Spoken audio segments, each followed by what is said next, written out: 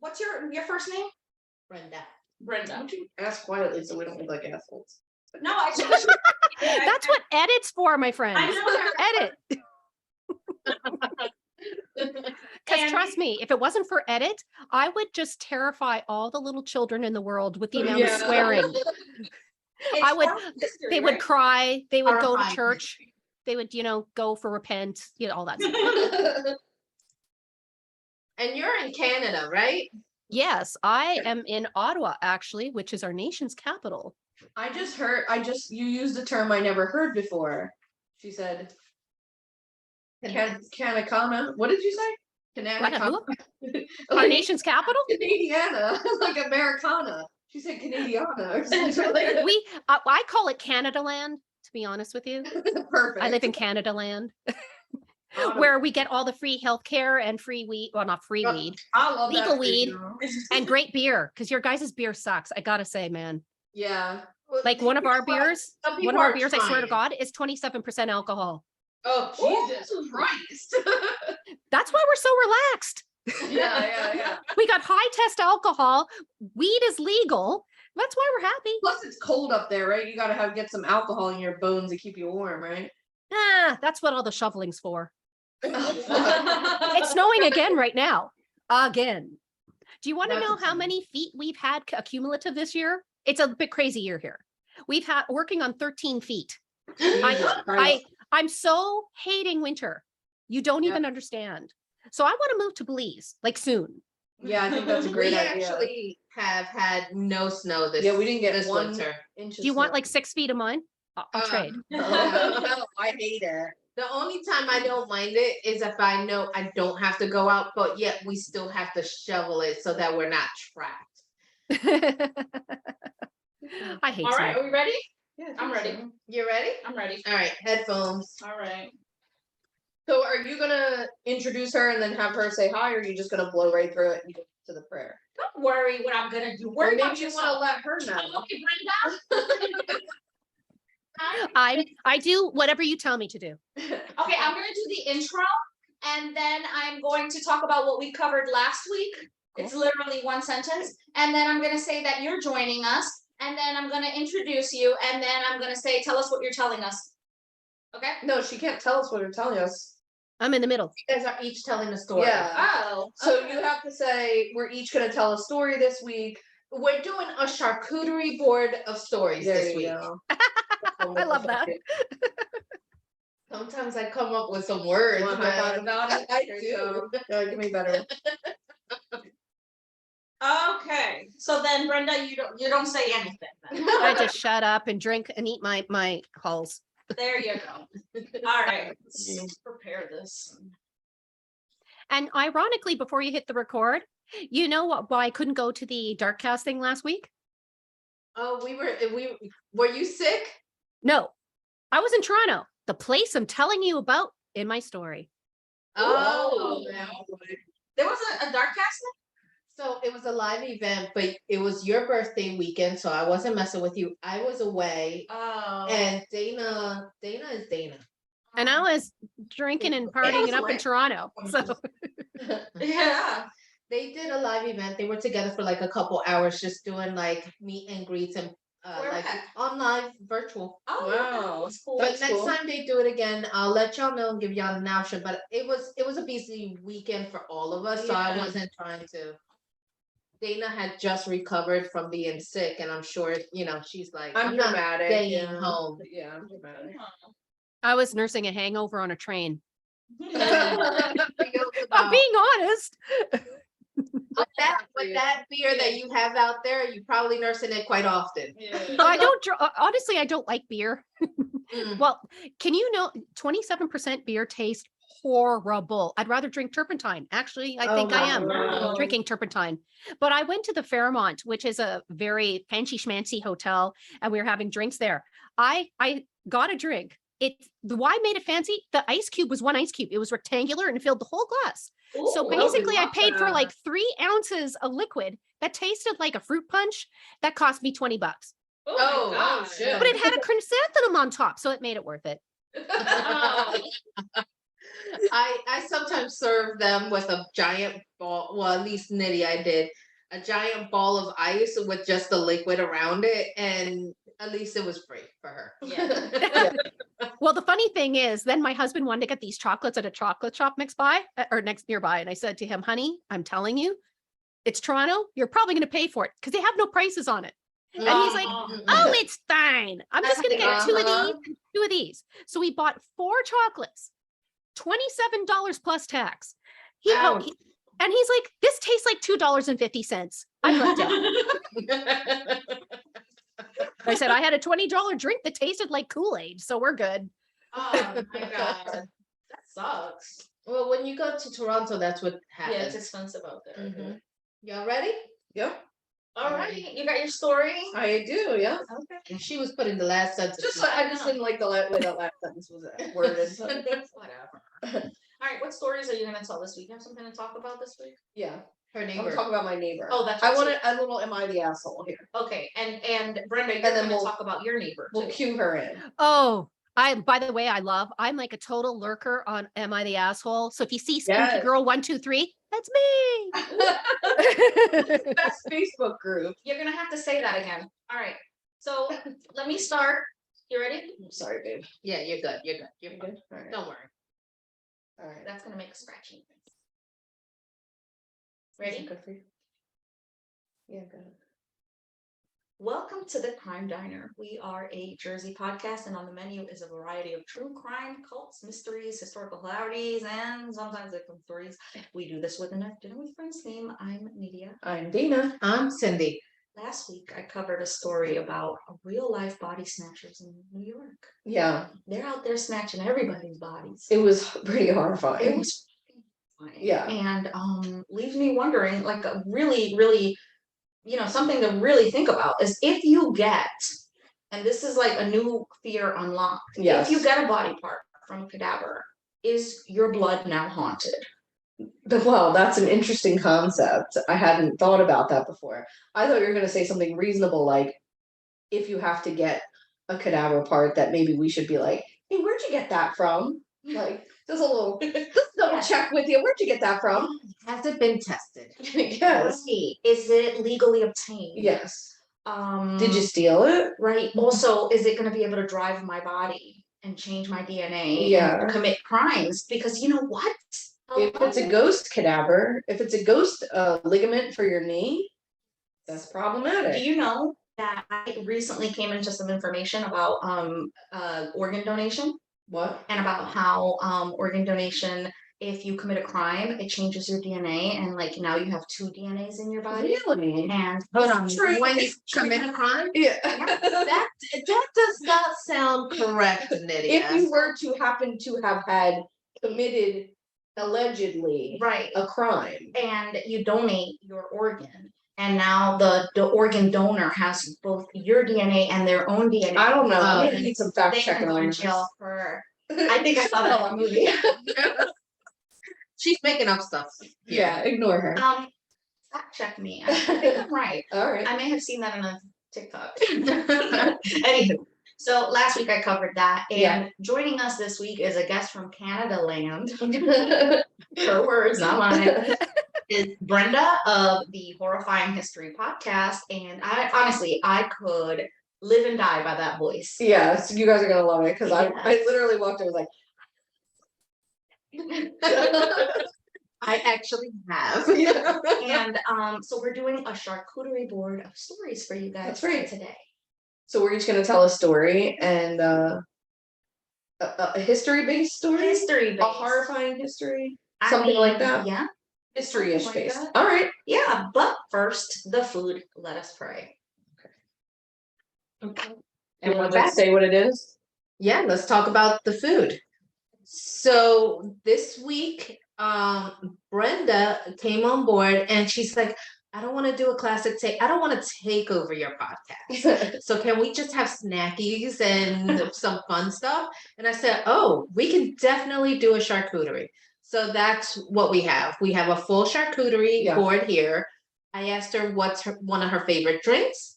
and she told me a sangria. We love a sangria. So and she likes a red sangria. So Lydia, there's a bottle behind you. Don't break it. And that's a red sangria. And for dessert, I took potato chips, ruffled potato chips, melted some marshmallows, covered the potato chips with marshmallow, and then I drizzled chocolate on top of those potato chips. That's marshmallows? Yeah, That's it's like a marshmallow. Rice Krispie treat, sort Oh of. my Like a chocolatey Rice Krispie treat, but She's- potato instead of Rice Krispie. It's so fucking good. You can't, not everybody could see this. Brenda's shaking her head. And she is like, why? Why? am No, I right now not- I'm why thinking- am I in Canada like this? I'm kind of thinking I'm doing my podcast wrong here. I should You have are, more you are. snacks. I just don't have, all I have is some Coke Zero. All right, let me explain something to you, Brenda. Since we started this podcast, I have gained 40 pounds. Well, with In her big marshmallow head, potato baby. chips, damn. I weighed myself. And I was like, my God.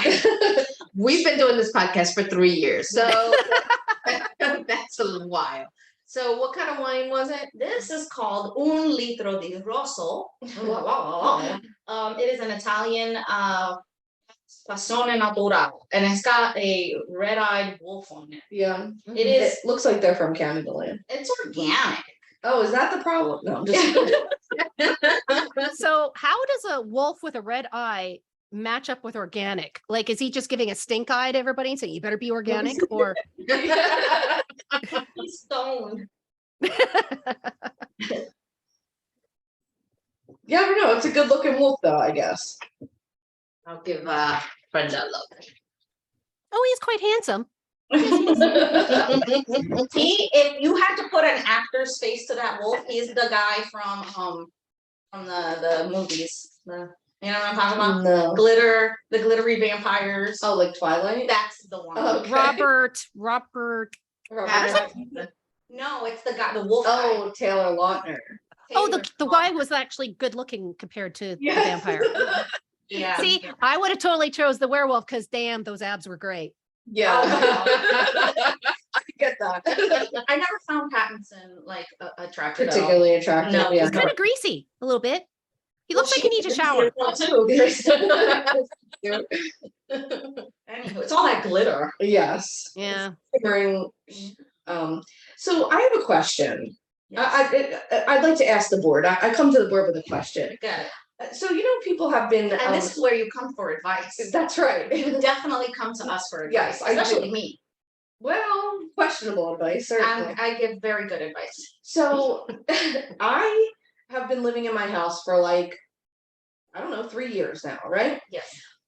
But I just bought it. I was renting it and I just bought it. Which to my neighbors, they wouldn't know that, Right. right? Because what the fuck happens at the bank like is irrelevant. I've been living there.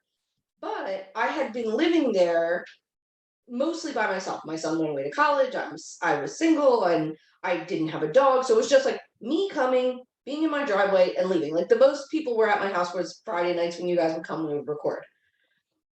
So my son is back from school. He's back living at home. And I have a girlfriend who's, spends time at my house. So there's 3 adults now at the house and 3 vehicles. Right. Okay. And so I only have a 2-car driveway. And right in front of my house is my mailbox. So you can't park there. So, Right. whoever is parking, they have to park across the street. And there's like a whole long curb to park there.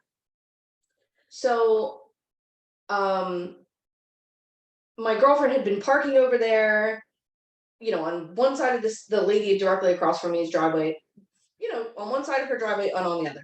And if nobody was there, she was just parking like right in front of her, not in front of her driveway, but the first spot right next to her driveway. So she comes out and she says to my girl, this was like maybe a couple of weeks ago, maybe like right around Christmas, I guess, a couple months ago, and says, you can't park right there because I have to put my trash can there. Trash only comes 1 day a week, but like, I feel ya, right? So she had moved her car back, when she parks there, she moves her car back. So they also have 2 people in their driveway and then a car in the street.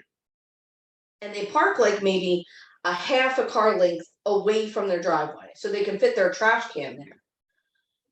So she's confronted my girlfriend, she's confronted my son. And today I got off work, and of course I, who own the house and pay the bills there, have now been parking on the street because everybody parks in my driveway and no one Right. saves me a spot. That's a different problem for a different day. Right. That being said, I parked on the street and I like pulled up and then I backed up, and I have a backup camera and I parallel park every day, so this is not a difficult thing for me. And I parked probably 6 inches from her car. It was tight, but she was facing out and there's nothing in front of her except a trash can that she has to move. So it's not like she was blocked in at all. So I was on the telephone and I got out of the car. Oh, mind you, her son hit my car like 3 weeks ago. Oh, no, thank you. In that same spot. But he only bumped it. It wasn't a big deal. I didn't say anything about it. I don't care. I was standing there. I saw it happen. Right.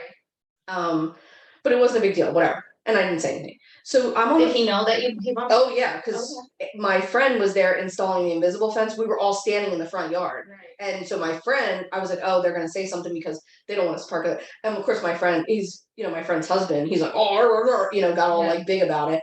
And the guy came over, was like, oh, I'm sorry, what my friend's husband went over and like touched the car and made a big show about it. So like it was obvious that like he hit my car, but like we were cool about it, whatever. It didn't matter. So I get out of the car today before I'm coming here, and she's like, excuse me, can I ask you a question? And I'm like, sure. Now I've never spoken to this woman. I've never really even seen her. Like, so she's like, can I ask you why you insist on parking so close to my car? And I was already sort of ready for her because she's now confronted 2 people in my house, and we've had a lot of discussion around this. So I was like, oh, well, like, yeah, I'm trying to be considerate of the other neighbors who need to park on the public street here because you won't move up enough. So my other neighbors, they have a lot of people because they carpool to a nail salon. They all work together. So they have a lot of cars coming in the morning and they carpool. So I said, I was just trying to be considerate of everybody else. So I just like moved enough so there's enough. Well, I just don't understand why you have to park so close. And I'm like, well, I mean, maybe if you like moved up a little bit. She's like, so you want me to move up, but I have to put my trash can there. And I'm like, yeah, 1 day a week. And she's like, so you want me? I was like, whoa, I don't want you to do anything. I said, ma'am, do whatever you'd like in front of your house. Right. Have at it. Right. Enjoy your time, my friend. I would have been taking the earrings out. I would have been greasing up my face as we're talking. So she just like keeps being like, I don't understand why the park's so close. And I was like, well, like, it's a public street. I don't know what to tell you. Like, right. What the fuck, lady? Right. So I go inside and then I'm in there and I come up to everybody's home and I'm like, oh, the lady across the street, my son, like in it immediately. Yes. Like he gets all wound up because he's like already had an issue with her. Right. And so I'm finishing up the story here and I'm sitting there thinking, I'm like, I've lived here 20 years and I've never had this problem. I've lived here, you moved in a couple of months ago and I'm like, I've been here for 3 years. Right. Why are you saying that? But I think the dog is what's throwing people because we just got a dog. Yeah. And so of course we weren't never walking around the neighborhood and now they see my girlfriend's car, they see my son's car, they see a dog. So I think they think we just moved in. Right. So so I'm sitting here and I'm like, am I being an asshole? Like, am I like, so I feel like compelled to go over there and be like, hey, like, what do you need for me to make this? Because I know that I can be irrationally mad about nothing. Right. Like I have been in restaurants where people were like choking and I've left because I can't stand the sound of like someone else talking, like other people having like voice noises, Can't stand this sound of other people dying in their Like, last breath. like my dog kept CPR certified. my dog kept gagging today and I was like, why are you doing that? Stop doing that. So like I know I can be like irrational and I'm like, it's your home, you want to be like in a place of peace and solace. Like, so if I'm like out of my way annoying her, like what can I do? But then also on the other side, I'm like, but fuck you, lady, Also, I'm wondering, were you wearing that shirt while you were telling No, her I was wearing this hoodie that does have emojis all over it. So she's wearing a middle finger shirt. So I was wondering, I was like, were you telling her to fuck off while you were talking? I wasn't. I put that on after. I don't think you were an asshole. As someone who literally today had to park down the street because somebody was parked in front of my house. Yeah. And it's street parking, so I can't do anything about it, Yeah. you weren't the asshole.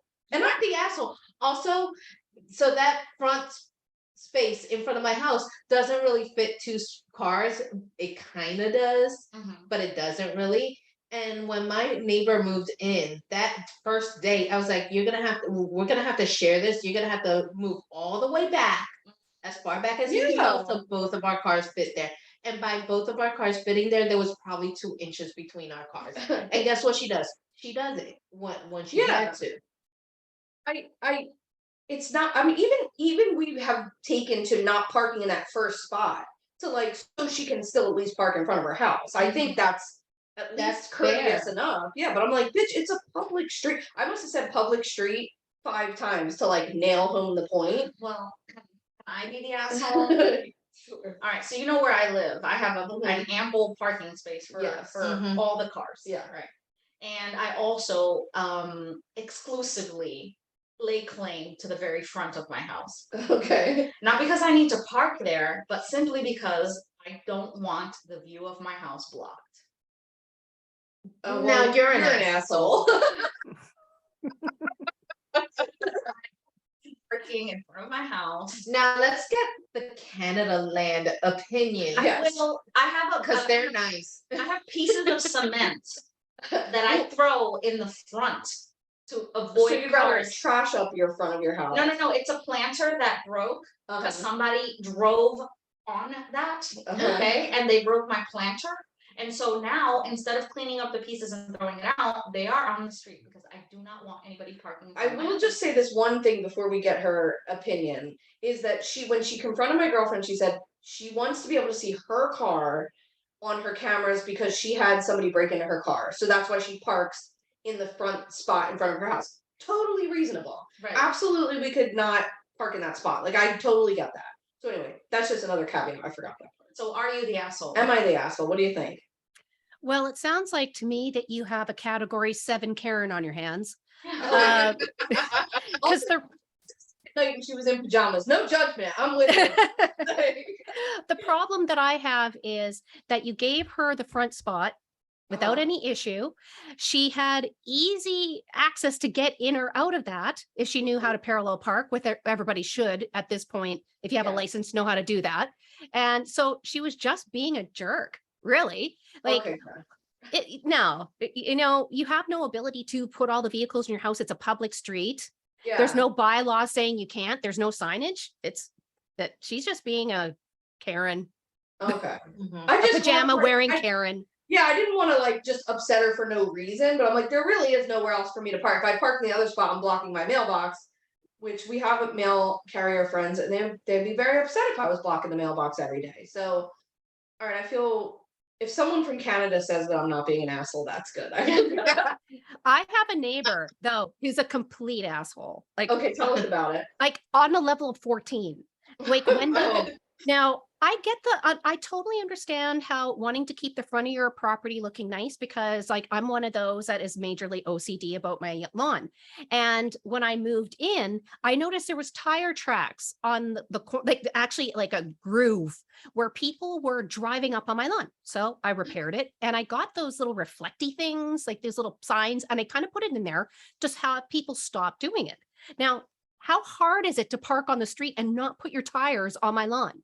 So the reason I finally snapped was because the neighbor, they have a school bus come to pick up their children, like a little van. And that van drives on my lawn. I mean, not a little bit. I mean, the one day I snapped, it was 2 tires, literally 2 tire tracks on my lawn that started by my driveway, cutting across my lawn. I live in town, by the way, and into their driveway. And I'm like, what the F? So I got these little signs. Now I'm going to backtrack. Now, the neighborhood kind of hates them just because of they don't discipline their children at all. And in the first week, the children, the oldest at the time was about 8, literally cut into my property. And he went, crosses his arms. This is my property. And I'm like, I don't think you understand. You're in my yard. And so I'm trying to be kind, right? Yeah. Because we're Canadian, we're kind. I said, you see where these trees are? Those are my trees. And then your parents' property, not yours, is on the other side of that. So you need to go home. So then he screamed, F you, and he ran off. Oh, He did that to every single person in our neighborhood and taught his younger brother to do it too. So as people started to complain, you'd get the same thing all the time. Well, they have autism, so there's nothing we can do. Well, the problem I have with that is I worked in healthcare. I worked in lockdown units. And also I have a relative who's severely autistic. He said he's 16 now, and he maybe says about 150 words max. Yeah. He's behaved, because just because you have a disability doesn't mean that you stop parenting, right? Right. But I never said that, because you're not going to go say that to your neighbors. The kids were out, they started going and destroying things in the neighborhood. They've cost me about $500 worth of damage so far. Oh my God. Destroyed my shed. They broke into my shed. They broke into another storage area. And that's when I snapped. I snapped because you know what off coils are? No. Okay, so it's basically to keep away mosquitoes, right? Oh, okay. We had to install cameras because we were getting so much damage from these kids. And so we would go over there and say, look, they broke this. And he's like, oh, the husband, oh, we'll pay for it, no problem. So it's like, okay, do you want me to invoice you? And I never got paid back for anything. Then they destroyed our shed, which cost us about $1,500 to replace. Oh my no, God. they would get Yes. an invoice. But when he ate the off coil, which if you look at the package has a little skull on it because it's toxic. He That's ate when it? he ate it. So I dragged him back. When I caught him, it was spring. There was still snow in the ground. He was wearing, so this is the second time I caught him like this. In November, when it was snowing outside, there was snow on the ground. He was wearing tighty whities, nothing else. I caught him 3 blocks away. Oh Now my this, God. this kid, it's a middle kid. He's about 4. Everyone in the neighborhood's bringing him back and saying, I caught him on traffic on the highway. I caught him here. I caught him here. That's when the abuse started, because they love leaving their windows open. The screaming and them beating all on each other. Oh my That's when God. the cops started showing up. So, Right. so everybody's like, how much do you want to dip your feet into that, right? Yeah. So I basically said to them on the day they ate the off coil, brought him over and I said, look, enough's enough. He ate poison. You need to call a doctor. We got to bring him to the hospital. Oh, he just eats stuff. He eats everything. It's fine.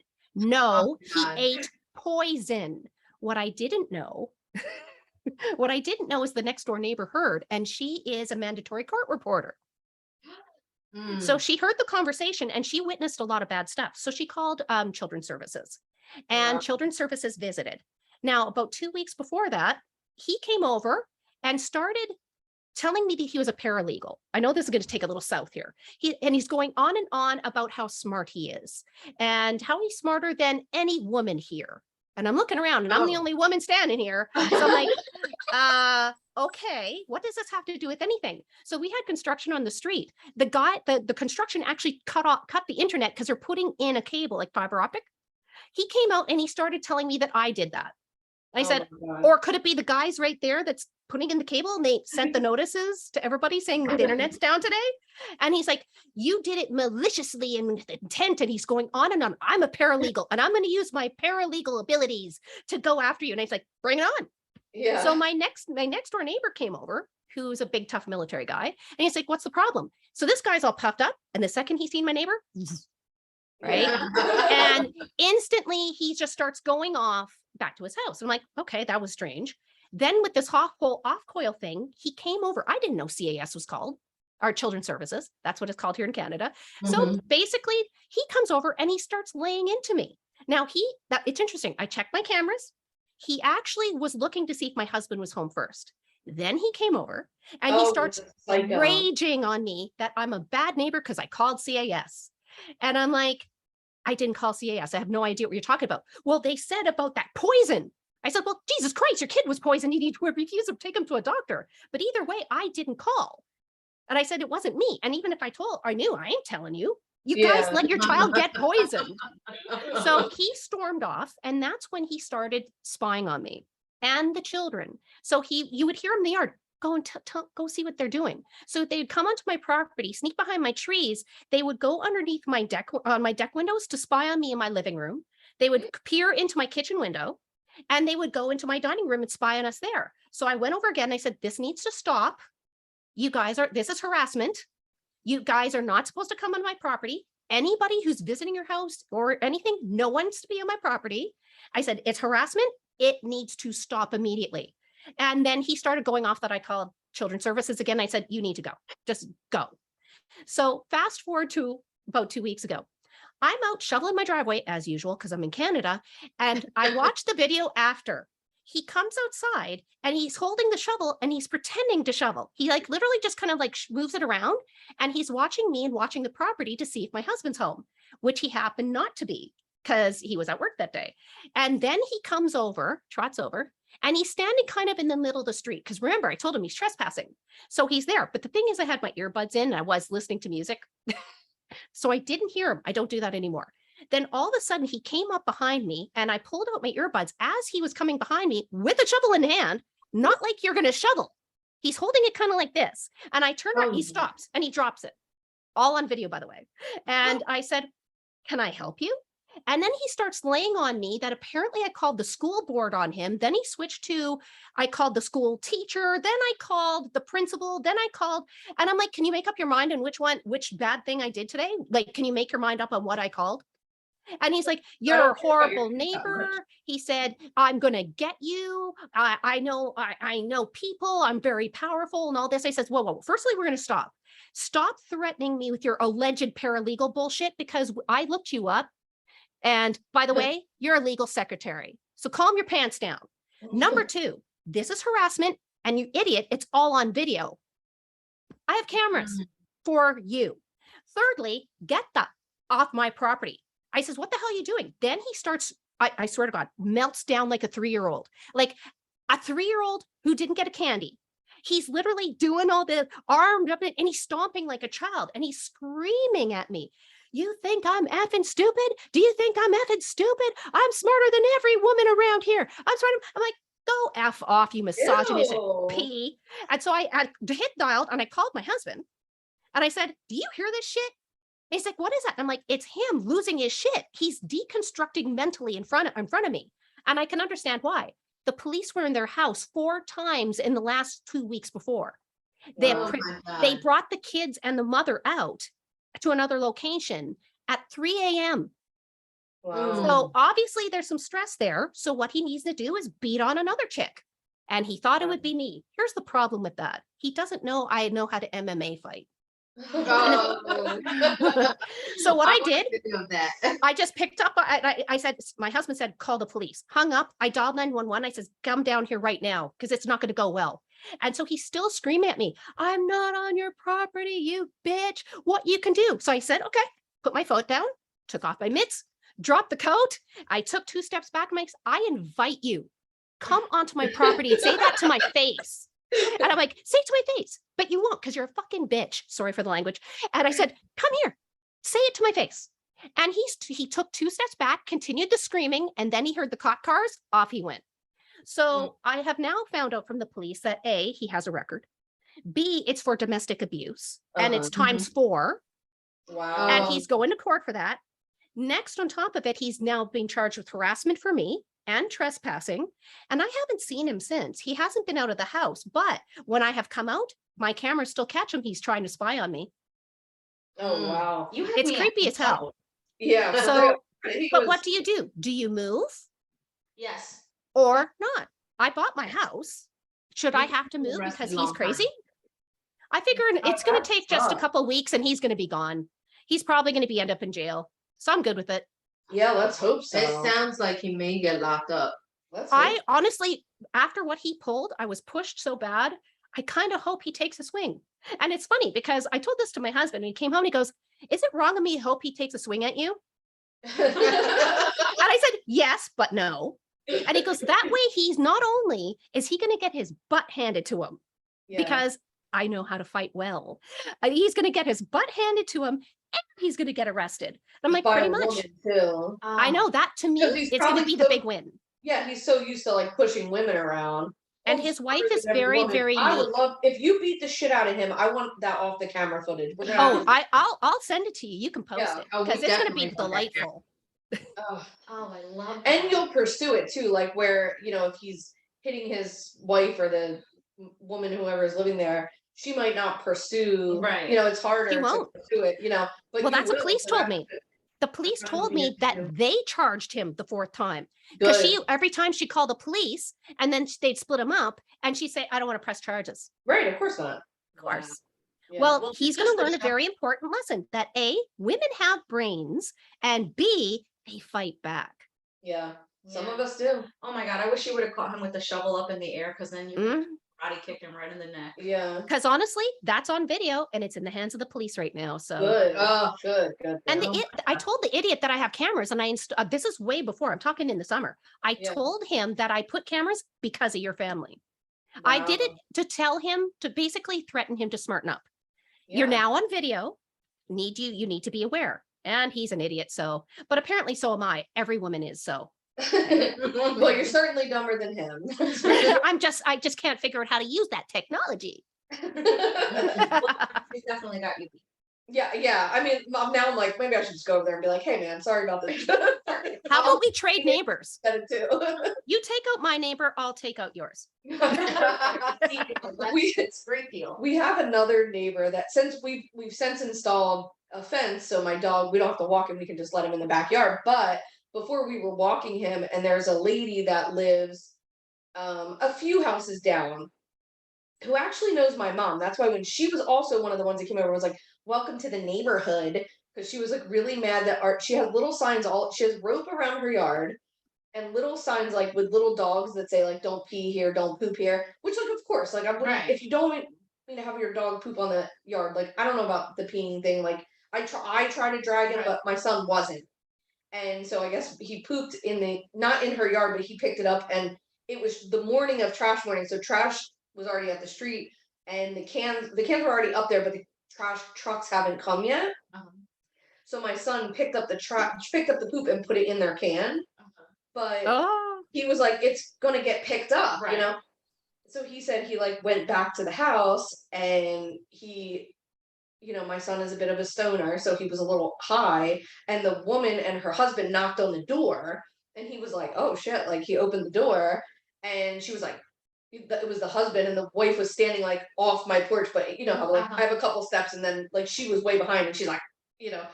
and the husband's like, my wife is so mad you put that poop in there, we have you on camera. And my son's like, what poop? Did I? I didn't put any poop. Gaslights this bitch, like he didn't just do it 5 minutes before. 5 minutes before he did it, and he's like, no, I don't think I put any poop in your trash can. And the woman's like, I have. My son's like, I don't think I did that. I don't know why you're saying that. Whatever. honestly, I'd be happy if it ended up in the garbage can. It's in a Yeah, garbage We can. always pick it up. We always picked it up every single time. We Right. never left it in the neighborhood. But yeah, so he went back and got it out of their trash. They wanted him to come back and get the poop out of their trash can. He Oh, did do good it. God. She's He did. upgraded to level of Karen 8. Yeah, well, so she goes, well, she comes by like a couple of weeks later, and she's like, said, welcome to the neighborhood. And I'm like, we've been here for 3 years. Yes. I said, my mother. I said, I rented this house from Kathy. And she's like, oh, you're Kathy's daughter. I didn't realize that was you. I'm like, bitch, we've had 4 conversations. Are She's not, clearly. okay. Does she have some dementia happening I don't know or? what her deal is, but she really is crazy. And she's like, the two of them, other than that, like, and we have really nice neighbors. Like, everybody else has been like super nice to us. I mean, Yeah. the little kid that keeps breaking in our house, but like, That's the close. that's a ghost boy. We're not really sure about that. Yeah. Anyway, So I have a story. yeah, you want to tell us one? Yes, I All have a right. story. I guess I'll start off this thing. Yeah, let's go. We'll give then maybe you can go. Yeah. And then I hear that Brenda has a hilarious story. Well, it depends. Depends on what you find funny. I think it's hilarious. All right, great. I have a dark sense of humor. Yes. All right, so my story today is intended to teach a lesson about how sometimes it's the little things that make the biggest difference. All right, let's hear it. The Tootsie Roll candy was invented in 1896 by Leo Hirschfeld, an Austrian immigrant who started making candy in his small New York City candy shop. Hirschfeld named the candy after his daughter's nickname, Tootsie. The Tootsie Roll became an instant success due to its chocolate flavor and its ability to remain fresh longer than, other candies of the time without the preservative. Yeah, because it's not like really chocolate, is it? No, it's like a taffy like a saltwater taffy kind of thing, but like Gotcha. with chocolate flavoring. Not to divert your story. Please divert. Y'all have Tootsie Rolls, right? Yep. And You they're know nothing that- like salted toffee. No. Yes. We have a Tim Hortons in Where? New Jersey. I passed I it the other- apologize for that. Huh? I apologize for that. No, I was like, I almost drove off the road when I saw it. I'm like, oh, Tim Hortons. Go email me later and I'll tell you how to order in Canadian. That'll screw them right up. Okay, all right, okay. I'm excited because we didn't stop, but I'm gonna. I am kind of shocked about that. Yeah. Tim Hortons is like, out here we have Wawa's. See, I thought it was like a Bob's Big Boy or something. I thought it was like a restaurant you could go sit in. I didn't know that it was it's like like a Wawa. yeah, I didn't realize that. Kind of like a Dunkin' I just Donuts. thought that was so Canadian or whatever the fuck. Canadiana? Canadian. I thought that was so Canadian. Wow, you're really rolling with this. All right. So that's an inside joke. Yeah. Today, the Tootsie Roll Industries company produces over 49 million Tootsie Rolls per day and sells them in over 70 countries worldwide. Really? Yes. Well, I should have waited one sentence to Yes, ask. one sentence, and you would have known that definitely Canadian. Definitely Canadiana. Whatever. Canadiana. Tootsie Rolls. Canada. So this is obviously not a story about the Tootsie Rolls, the Tootsie Rolls entrance into societal norms, right? But rather its involvement in a crucial war. Okay. Okay. So during the Korean War, which took place from 1950 to 1953, you were going to say something? No. Okay. Yeah, I saw your hand go up, so I was like, oh, she's gonna interject. So for those of you that aren't familiar with the Korean War, it took place from 1950 to 1953. It was a short mini war, very violent. The Tootsie Roll, a simple candy that many of us know and love, played a vital role in helping to save the lives of a group of Marines. Really? It did. This story is a fascinating example of how sometimes the smallest things can make the biggest difference in times of war. All right. Because necessity is the mother of invention. So they say. So they Yeah. say. So in December 1950, a group of around 15,000 US and Allied troops were battling harsh conditions, and numerically they were superior. I'm sorry. Let's say that again. And the numerically superior North Korean and Chinese forces were really coming down on them, and Okay. this was happening near the Chosin Reservoir in North Korea. Okay. That's what it's called, the Chosin. Okay. All right. So the reservoir's temperatures range between -5 in the daytime to -25 at night. Shit. So they were just like some harsh ass conditions, right? Everything is frozen at that point. So food rations were difficult or impossible to warm up, and most of the artillery shells weren't going off. Okay. Their guns 'Cause were they're like so gummed cold? up with snow, and it was just like a lot. Also they had because they were getting shot at and like it was so bad, they had like a lot of their equipment had holes in it, and it was just like not even usable, and their hands were just like just frozen up from how cold it was, right? So this battle is known as the Battle of the Chosin Reservoir, one of the most brutal battles of the entire Korean War. During the course of the battle, the troops became surrounded by enemy forces, and they were running low on food and ammunition, and were struggling with the bitter cold weather conditions, right? So the 15,000 troops were up against a division of 120,000 men. Shit. So they're very much outnumbered. Yeah. The soldiers were desperate for a supply drop since they were nearly running out of mortar shells. So the troops called for an airdrop using the code they made up a code for ammunition. They needed ammunition, so they made up a code and they called them Tootsie Rolls. Okay. So there was a confusion between the people receiving these calls for artillery. Oh my God. And they thought they took it literally. And they were like, No. well, they're asking for Tootsie Rolls, so let's send them Tootsie Rolls. So bad. So it was during this desperate situation that a Marine helicopter was finally able to airdrop some much needed supplies, including ammo, medical supplies, and food. And among the food supplies were some boxes of Tootsie Rolls. Okay. Because ask and you shall receive. Right. So this is the candy that obviously is made up of sugar, corn syrup, and a little bit of cocoa powder, right? So it's also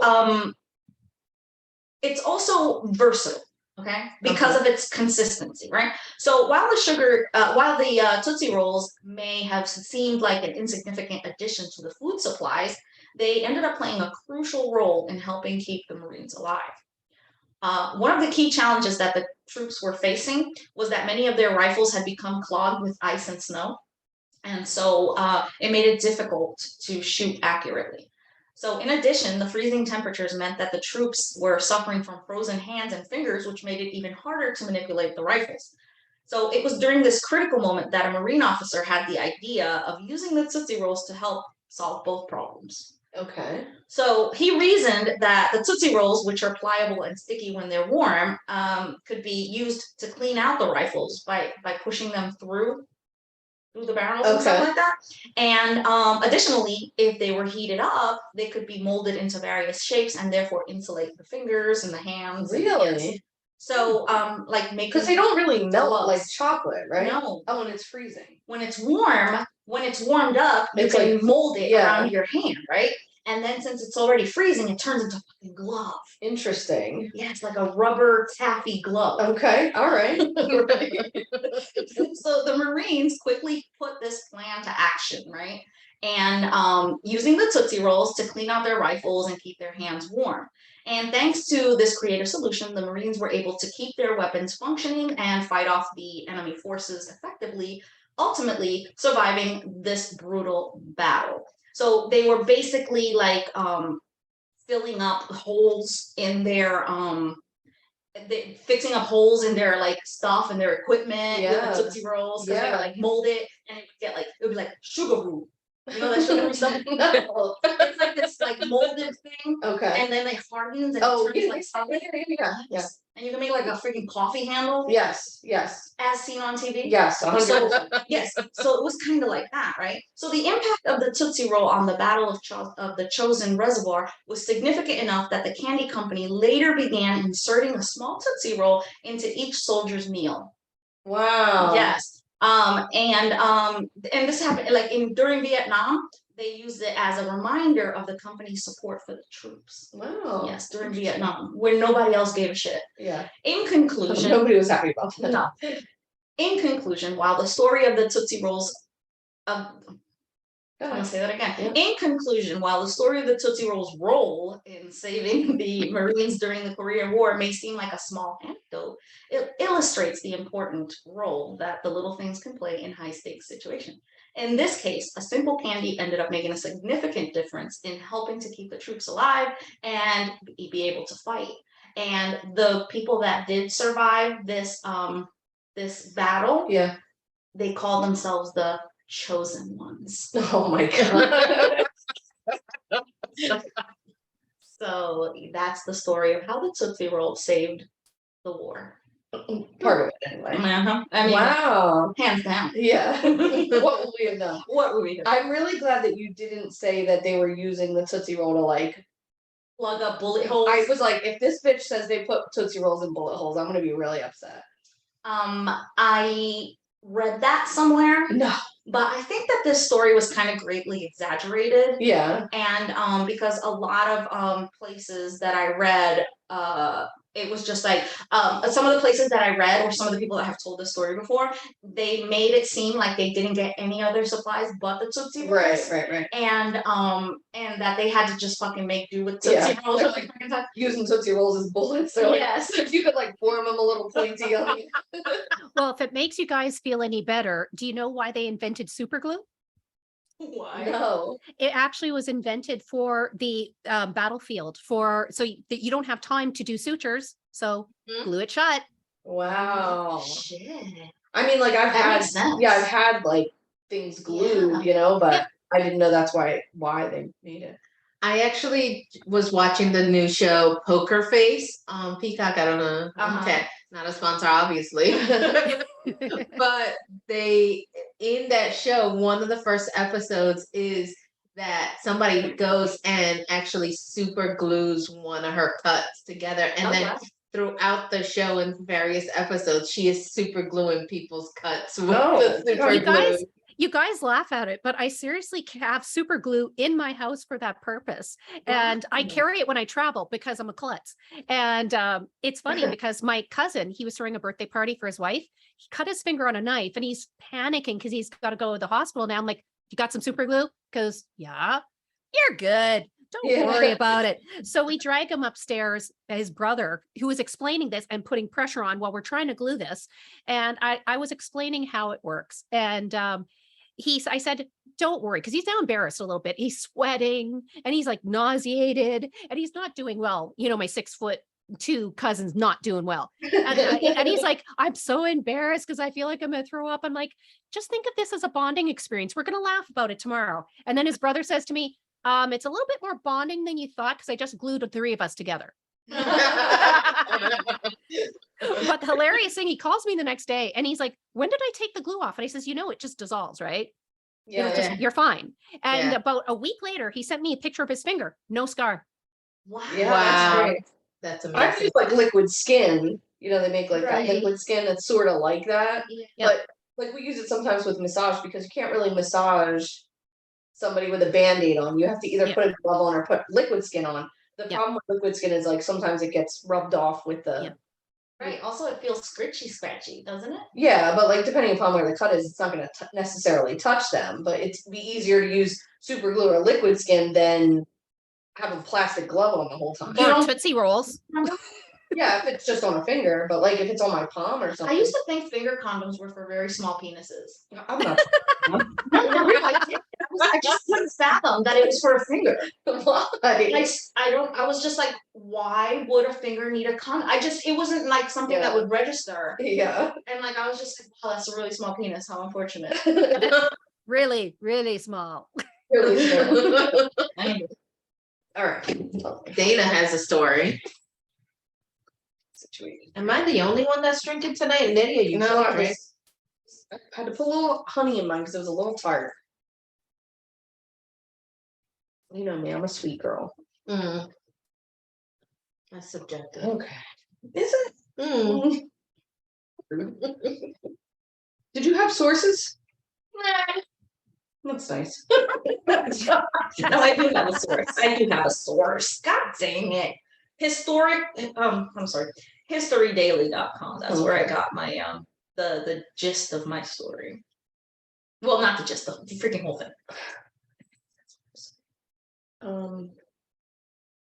Okay, so today I got my sources from Notable Kentucky African American Database .edu, Wikipedia, and the Legacy Project Chicago.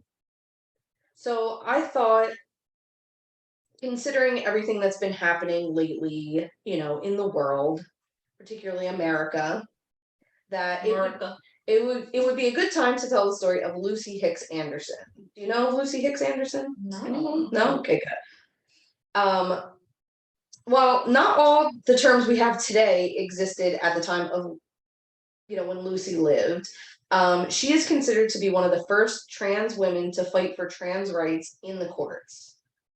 So, In what year? in like the 1930s, and Oh, she wow. can tell you all about it, but yeah.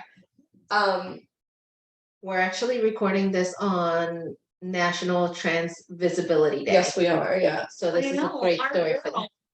them. The TikToker. You know who I'm talking about. Oh, which one? The sweetest. Miss I know who you're talking about. She's the Fix-It. The fix. Oh, yeah, the yeah. fixer. What's her name? I'm going blank. Yeah. She's trying to raise $2 million today. Oh, for really? For trans health. Oh, the fix it. Oh, what's her name? Yes. The handy. The handy ma'am. Yeah, the handy. How could I forget? Yeah. Anyway, so Lucy was an American socialite, a chef, and a madam of a pretty successful brothel.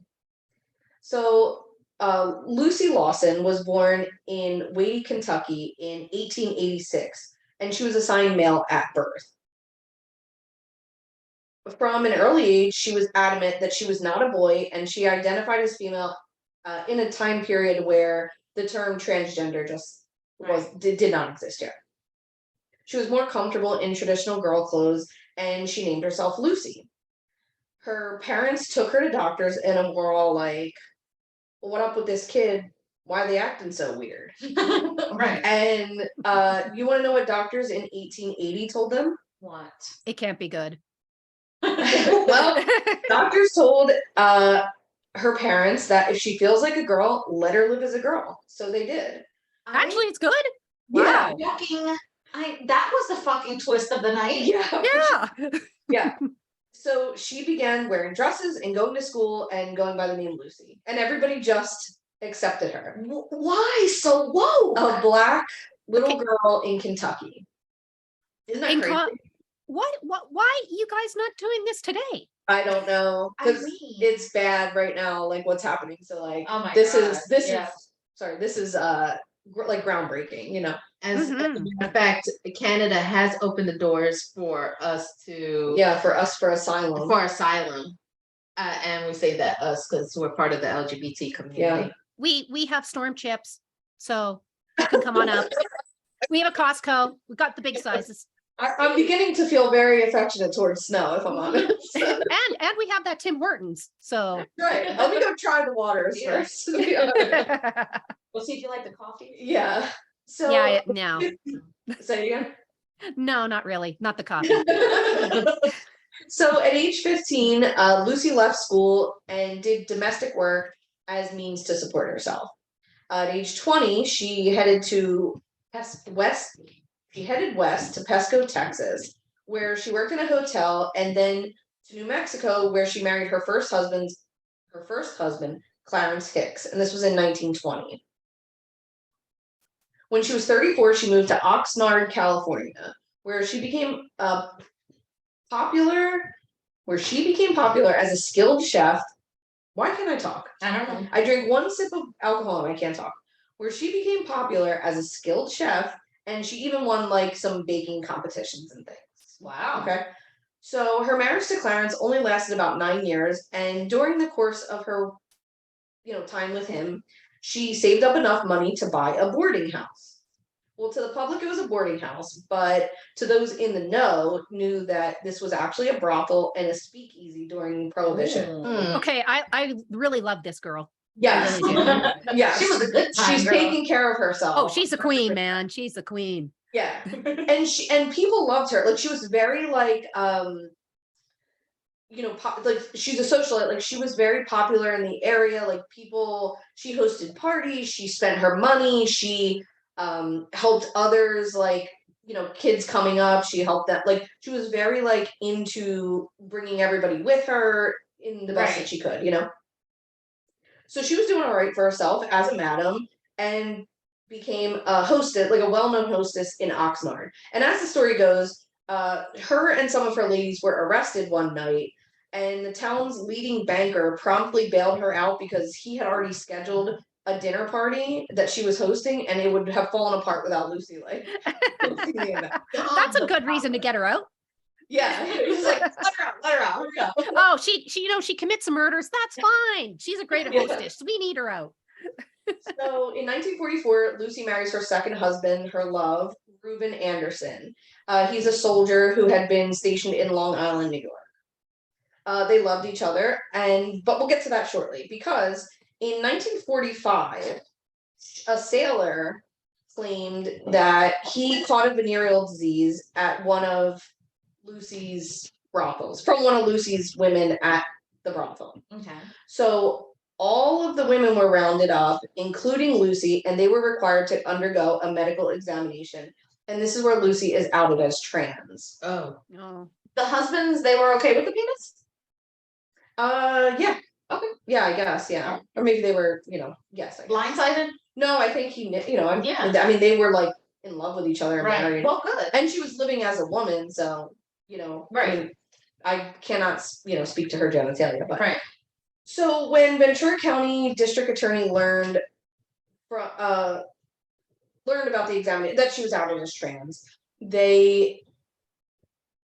me reset it. When Ventura County District Attorney learned about the examination and that Lucy had been assigned male at birth, they chose to try her for perjury, saying that she lied about her sex on her marriage license and that she was impersonating a woman, which is a crime at the time, and also again. So, Wow. during the trial, she stated, "I defy any doctor in the world to prove that I'm not a woman. I have lived, dressed, and acted just as what I am, a woman." So, however, the court convicted her of perjury on her marriage license and sentenced her to 10 years of probation.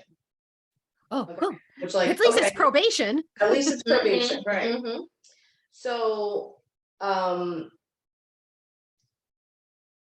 So did she have to like dress as a man? well, hold on a second. So at the time, the marriage was only valid between a man and a woman, and she was deemed not to be a woman, so her marriage was declared invalid. But why do all the local authorities get to have all the fun? The federal government wanted to pile on her as well, so they charged her with fraud for receiving financial allotments to soldiers' wives from like a GI Bill that happened. So her husband was in the army, so she was receiving like a payment for him when he was. Spousal support. Yeah, right. Okay. And so since she was receiving that money, and since she lied because that's your dog, since she lied because she was assigned male at birth, Right.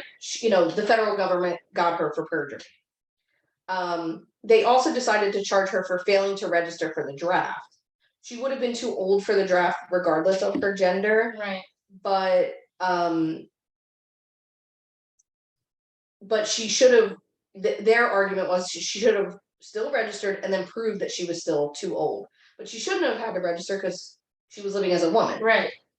So in this trial, she and Reuben were both found guilty and sentenced to a men's prison where Lucy was forbidden to wear men's clothes while she was in jail. I don't know. I looked up how long she was in jail. I don't know Wait, how she long. was forbidden To wear To wear woman. women's clothes. I'm sorry. Oh, okay. She was forbidden to okay. wear women's clothes. I'm sorry. I was a little confused there for a second because that Yeah, don't no, make she was sense. forbidden to wear women's clothes. I'm sorry. So obviously, I don't know if she was. I don't know how long she was in jail. I don't know. They were both in jail together, but I don't know if they were like together in the same cell, if they got to be together. I don't know anything about that. Probably not. Yeah. But so she's written about in an article titled "Sin and Souffle" because that's what she trafficked in, sin and souffles. Oh, I love it. No, like, yeah, it sounds fancy. Yeah. The article, they gushed about her, all her fancy wigs and what a great citizen she was. She was always donating to organizations like the Red Cross and the Boy Scouts. She had $50,000 in war bonds, which is like a big deal during World War II. Like, So the last line of this whole story, this whole thing that goes on and on and on, is like about how great she is. And then the last line is like, but Lucy was a man. So it was like all to make fun of her, basically. Oh, I The whole want a thing- time machine right now to go back and kick some butts. Yeah. Ah. Well, That's speaking not of right. Time Magazine picked up the article, and to add insult to injury, they voted Lucy Time's Man of the Year. Yeah. Shame on you, Time Magazine of 1930. Yeah, 1946, I think it was, but yeah. So after being released from prison, she was barred from returning to Oxnard by the police chief, who threatened further prosecution if she, came back. So, but don't worry about Lucy. It's not all bad. She and Reuben relocated to Los Angeles, where they resided quietly until her death in 1954 at 68 years old. They stayed together. Yeah, they really loved each other. In the Handbook of LGBT Elders, Lucy Hicks is listed as one of the earliest documented cases of an African American transgender person. And there was an episode on a TV show on HBO called Equal that's based on Lucy Anderson, the life of Lucy Anderson. But I don't know. I didn't watch that show. There's a couple good little like books and articles about her, but this is pretty. It was pretty like a bummer what happened to her because she was like a good, cool like person in her community that like everybody loved. So Right. it's a bummer.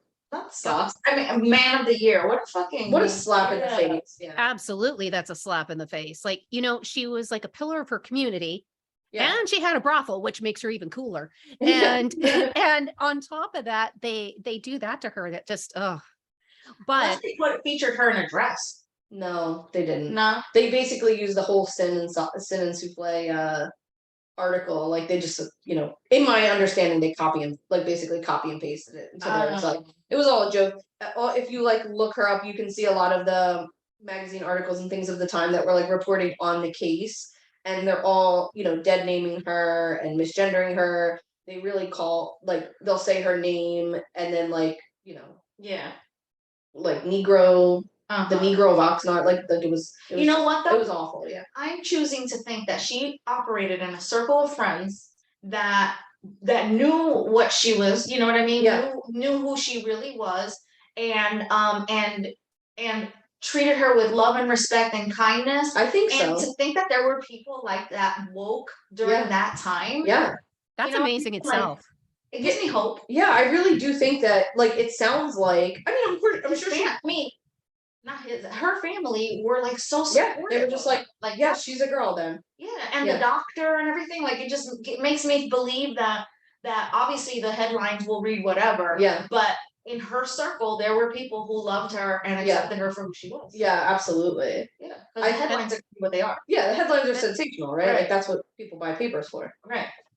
But I do feel like, maybe she didn't flaunt, what her story was to everybody, but Right. it does seem like certainly her husbands would have known, and certainly her closest circle would have known, and yeah.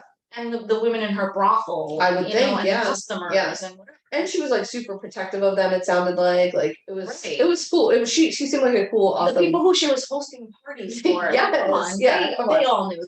They were in the know. If you look at her, she looks like a beautiful woman. Wow. Yeah, we'll share pictures of her. Yeah.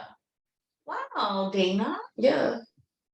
That story. There Even you though go. it wasn't obviously. Yeah, it was a bummer because it feels like sometimes things will never change, but but you're right, there is She had her glimmers, happy there's ending. glimmers of hope Yeah. within that, within that story. Well, speaking as somebody from not your country, it seems to a lot of us that you guys are going back in time. Oh So- yeah. Oh So I pray that you guys go back to that time yeah. and Yeah. move forward from there.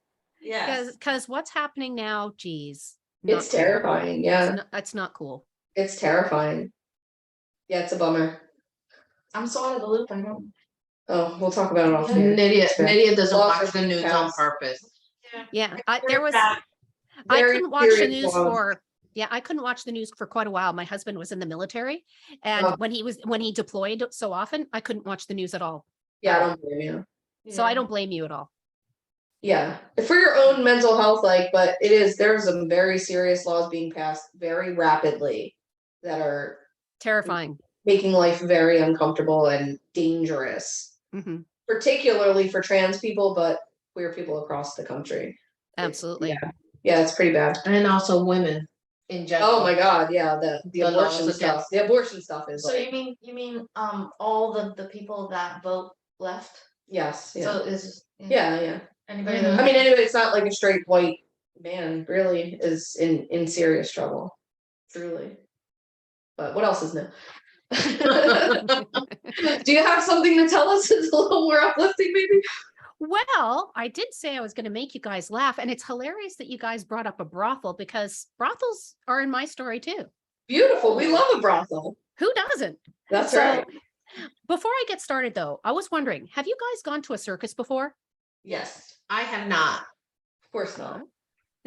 Well, when circuses come to town, a lot of people do get excited about it because circuses are advertised as fun for all ages, and they provide a type of entertainment that people don't normally see. But in the case of a circus that went to Toronto in 1855, wasn't so much fun. In fact, it actually changed the political structure of the city itself. Really? And it was a circus. So before I get started in the tale, I kind of have to give you guys a little bit of a history lesson love about it. Toronto itself. So Toronto is the capital city of the province of Ontario here in Canada, and its population sits just a smidge under 3 million people, and it's considered to be the most populated city in Canada and in the top 4 in North America. This city is actually incredibly culturally diverse. That's why I love it so much. You know, it's truly a melting pot. And it is a prominent center for music and entertainment. It's filled with museums. That's why I went this last weekend, and historical sites, and the public events that they have help attract over 43 million tourists a year. Wow. So as crazy as that sounds, it wasn't always that way. Now, back in 1855, Toronto was nothing like it is today. Now, the French had actually set up trading posts in the area in 1751, and all of these were abandoned after the British took over after the 7 Years' War. So after the American Revolutionary War, the land where the current Toronto area sits was purchased for a new settlement. In 1793, Lieutenant Governor John Simcoe decided to move the capital of what then was called Upper Canada over to that area. So he originally named it York and planned for this city to be a military outpost, along with another area that's near London, Ontario. So he eventually decided that York would actually be a permanent location for a capital city back in 1796, and there would be no second location. And as soon as he made that decision, new developments started to reach out and change the landscape. So the workers started building a harbor, but then that's when war struck again. And that would be the War of 1812. And that was between the British and the United States. And as you know, we're at the time considered a British colony, and we still are under the British Commonwealth. So York itself was a site of many, many battles. But 2 years after the war started, they were at a stalemate. So they considered this, even though the war was still going on, a time of peace. And the future city of Toronto during this time just grew steadily in population. So back in 1834, York was renamed to Toronto, and that led to its very first municipal election. Now, the election was won by a man. His name was William Leon Mackenzie, and this guy had a very liberal ideology. A few years later, though, in 1837, he organized a rebellion. He did this because he decided he wanted to reform Upper Canada, but his higher ups thought that's kind of a bad idea. We want to keep it the same. So they started to fight. Upper Canada forces came in and quickly defeated all these rebels, and William and his followers fled over to the United States. Now, none of this actually slowed Toronto's growth or development.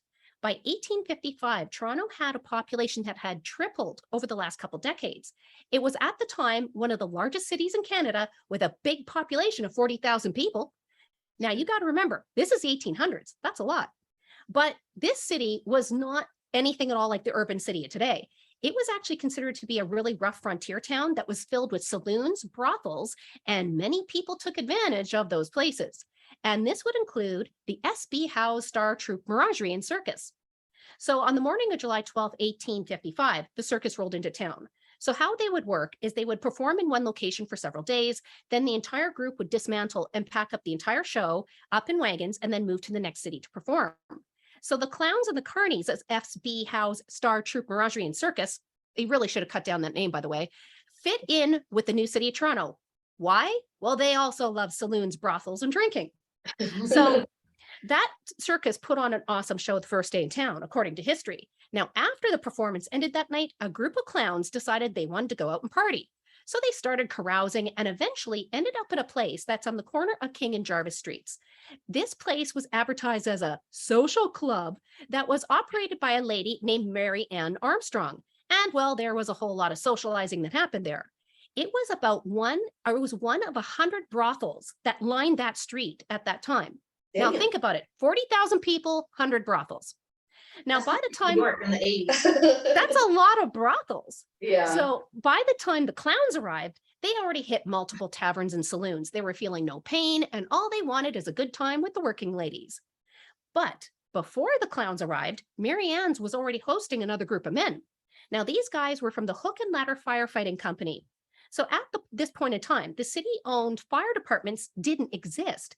Instead, there were actually several privately run for-profit fire departments in Toronto.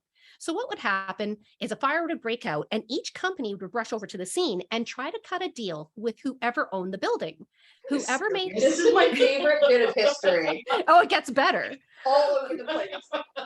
Whoever made the best deal would put out that fire. Now, sometimes no When did deal the would be house made burn and the down? building burnt down. Yeah. But mostly it just resulted in rival companies getting into fights and trying to drive the other companies away.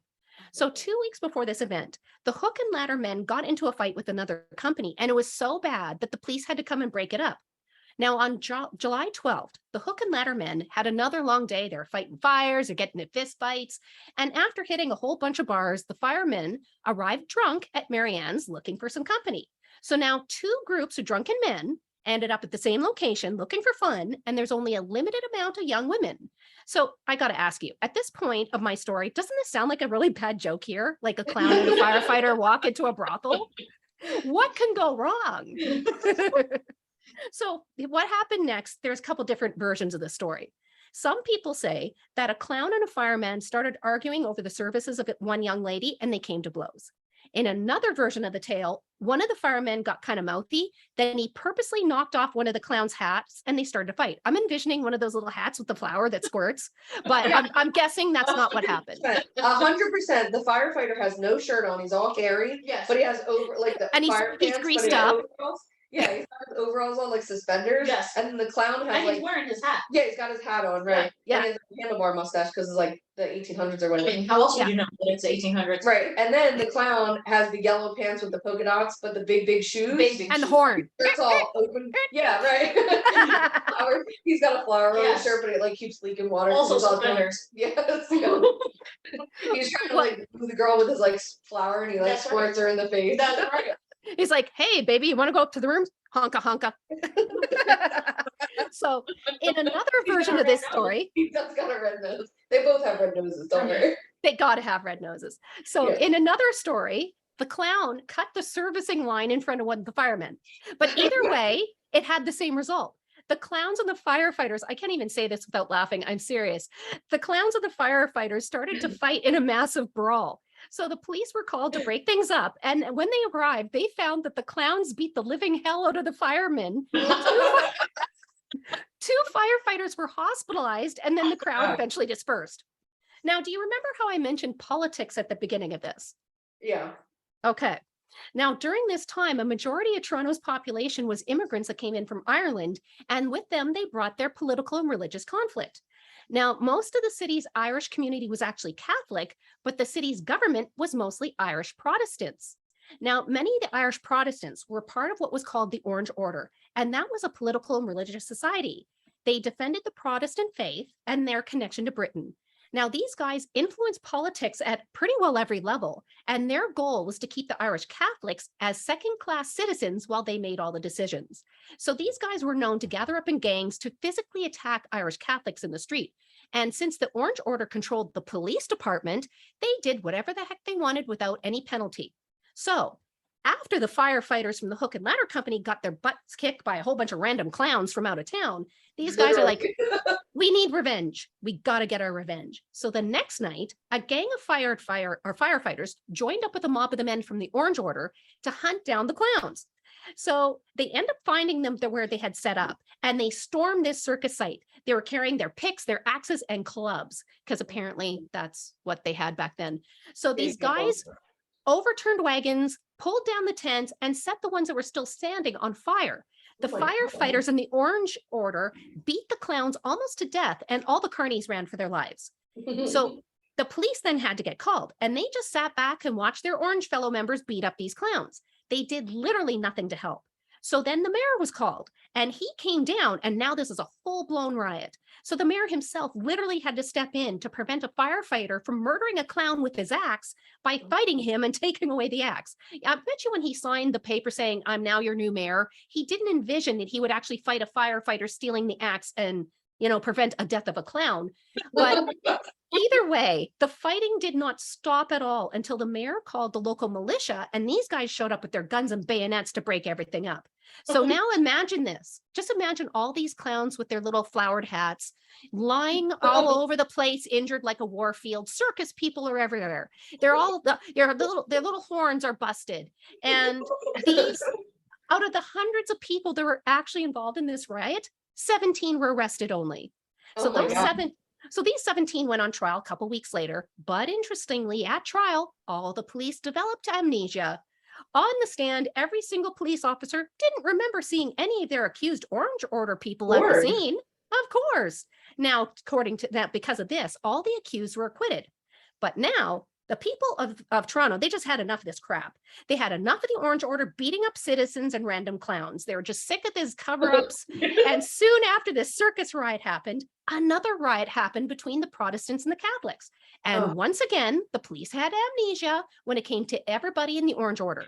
So right after this happened, it was discovered that the chief of police freed a suspect who was part of the Orange Order who was accused of robbing a local bank.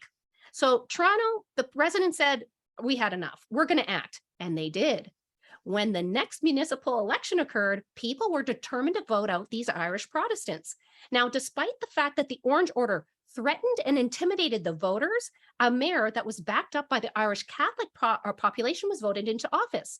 Now, this was the very first time since William Leon Mackenzie's rebellion that a person was not handpicked by the Orange Order and somebody who wasn't won the election. So this new mayor immediately set up his city council with like thinkers. The first goal was to get rid of the corrupt city government and the police department. So they launched an inquest, and in the end of this, the entire old policing system was scrapped. Within the next 3 years, every Toronto police officer was fired along with that police chief. They were all replaced, and the entire force was reorganized into a city-backed, non-political based force that was not in any way under the control of the Orange Order. Now, amazingly, though, it took nearly another 100 years before the stranglehold of the Orange Order that they had on the city of Toronto was broken. So who knew that the modern Toronto police force and fire brigade developed due to a clown and a fireman walked into a brothel? I love that. Oh my God, the visuals. That's what I was gonna say, the same. When I thing. started researching this, I laughed for hours, just envisioning a firefighter fighting a clown. Yes. And the best thing is they cleaned the clocks of the firemen. I love that so much. Oh. Well, it's like Gangs in New York. Do you ever see Gangs in New York? I think I did. Well, it's like I don't remember. the it. fire. They depict a really good scene of what she's saying, like the firefighters showing up and there's a building on fire and they're like beating the shit out of each other in the street trying to Right. put the fire out, because whoever puts the fire out gets paid. Gets paid. You know. And that was Can like, you imagine if you just don't have a lot of cash? yeah. Well, I think, why bother like, calling the fire department? Just let it burn. I heard a story about that before, where like eventually like firefighters were like going around and starting fires and being like, uh-oh, like your house is on fire. Right, And what are then you gonna pay me to put it yeah, out? I'll pay you, pay me, I'll put it out. Wow. Yeah. And Yeah. they were like sabotaging each other's fire departments, like, breaking their buckets or whatever the fuck they were like. Meanwhile, like whole cities are burning down, like Chicago fire. Okay, you need Yeah. to tell us this story. I'll have to Yeah. do an episode on it. Yeah, it's interesting. But did they have clowns? They did not have clowns. That is a way better story. Yes. That's so funny. That's the kind of story that I'm here for. Yeah, we love that. You guys are going to go to bed tonight envisioning a firefighter, a prostitute, and a clown. We love it. We love to see it. Yes. Yes. I love that. Oh my God, that's so funny. So thank you, Brenda. That was I really enjoyed the stories here today. Yeah, this is a breath of fresh air. Yeah, I really liked it. I'm starting to, initially when we first started this podcast, I was all very murdery and bloody and just Yeah. sensational crimes. Yeah. Cannibalism, you have, whatever kind of debauchery of that nature. And Dana was very history oriented. And over the years, Yeah. you have worn me down to a nub. And I'm enjoying these historical stories. It's just to me, I find that it's like very interesting to see it's sometimes a little terrifying that like Well, nothing ever changes, but it to me, like, I don't know what it is about history that I find so fascinating, of like just how people lived, how they got by, like how did we get here with nothing? Like we didn't have the technologies that we have today, or the advancements, or the knowledge, or this or that, or whatever it was. And I just find that so fascinating. Like when we go in our deep dives of like, just talking about outhouses and sharing a poop spoon or whatever. Oh the my fuck, God. like, I just get so like, Yeah. like how did you live? How did you poop guys in the share a winter? poop washcloth? Yeah. Like, I don't understand how everybody didn't die of dysentery. So yeah. So speaking of starting a little series. Uh-huh. I have myself a book called I think it's called The History of Poop. Perfect. It's a big book, so I think we're gonna start a little poop A corner. poop corner. All right. All right. You got to call it Poop Corner. Seriously. I love that. Yeah, so we'll think of a clever name for this little Perfect. series. Yeah. And I think I'm gonna tell a little story about Poop every week. poop. Yes, I think it's going to be a little segment. Well, Like a little tiny little blurb well, story. we'll discuss that on the Yeah, at the we'll see, podcast we'll see if it's meeting. apropos. My computer's about to Apropos? die. Apropos. Yes. So that's it for us. I really enjoyed having Yeah, you it's so on. Your voice, like I said, it Yeah. could sail 1,000 ships. Yeah, and- tell that to my partner when I'm yelling at him. He's like la la la la la la la. Yes. So yeah, we had a lot of fun having you. 100%. And be sure to check out her podcast. Say what it is and tell them where they can find it. Well, Horrifying History, honestly, it's where science, history, and the supernatural collides. And you can find us on any major podcast provider. You also can find us on Facebook at Horrifying History, Instagram, Horrifying_history, and Twitter at Horrifying HIST1. Nice. Yes. Nice. And I'm definitely gonna check it out because I listen to a lot of podcasts now and Yeah. I'm running out of choices. Yeah. And I like her voice. Yeah. You know, to me it's all about the voice. You know, I love history, so I'm like, Yeah. ooh, I'm into it. You know what I hear a lot? It's that I'm telling the worst stories that you can imagine, but I sound like a kindergarten teacher telling story time. And I'm like, I'll take it. I'll take it. Yeah, that works. If you can go to sleep to murder, okay, cool. Yeah. I mean, we all going to sleep to murder, right? I think I mean, yeah, that's a good across the one. board, I right? literally Yeah. watched the show Murder, She Wrote just before going to bed. I actually, believe it or not, It's what I not was funny. watching yesterday was Dead Files. And I'm like, and I'm falling asleep. Yeah, it's another killing spirit. I got it.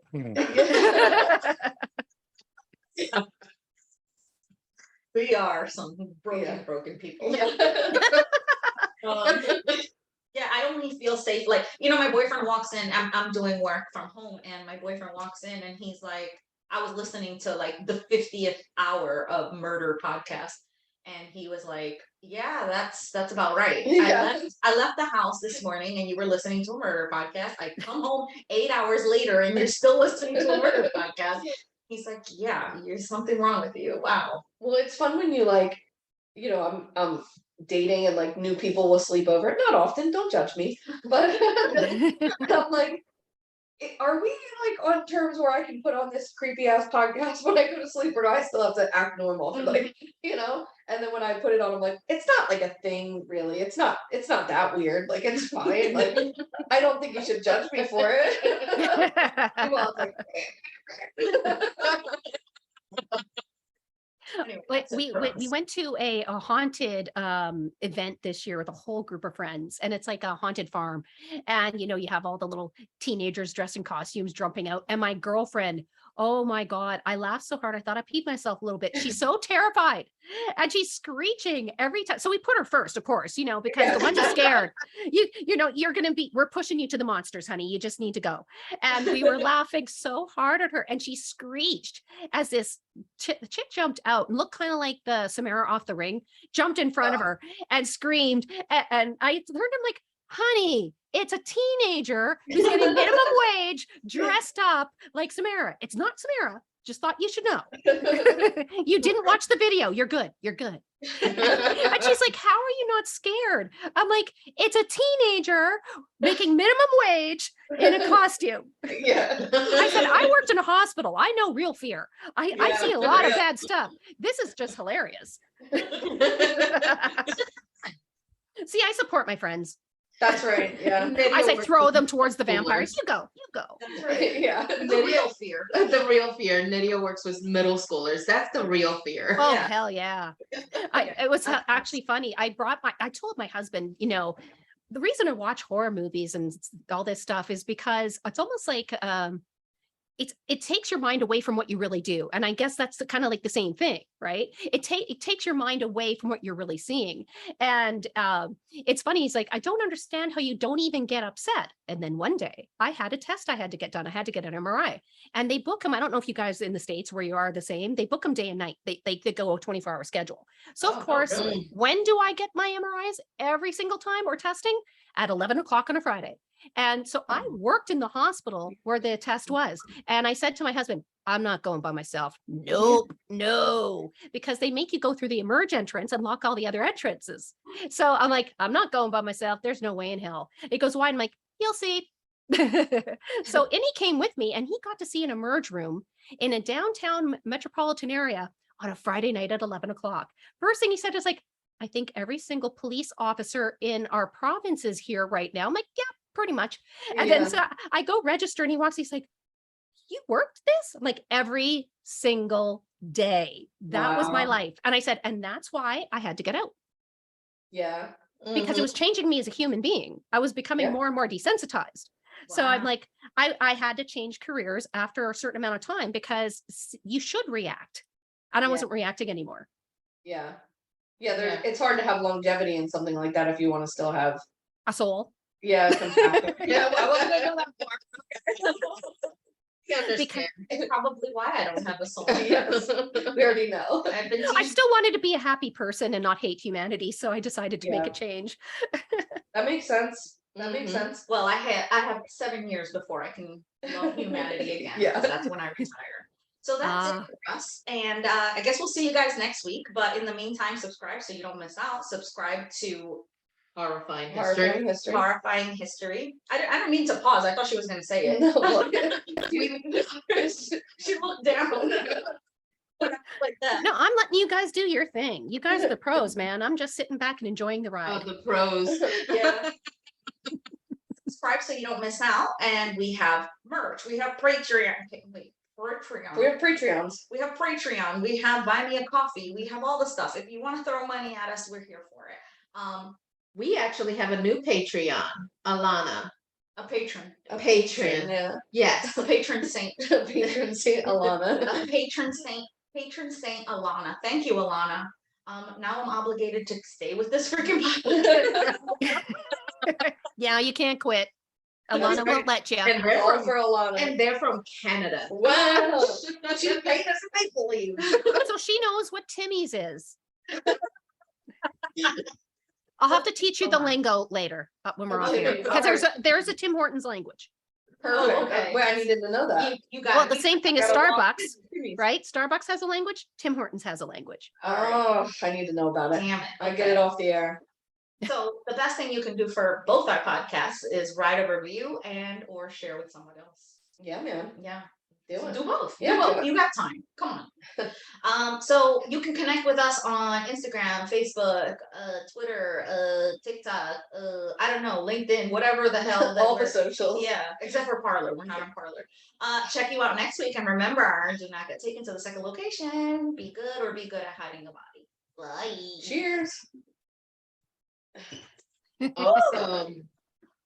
You good? Oh my god, it wasn't recording. No, no. That happened to me last week. Both of us stopped and looked. I wasn't that concerned because I'm actually recording here, and this is recording on a separate audio.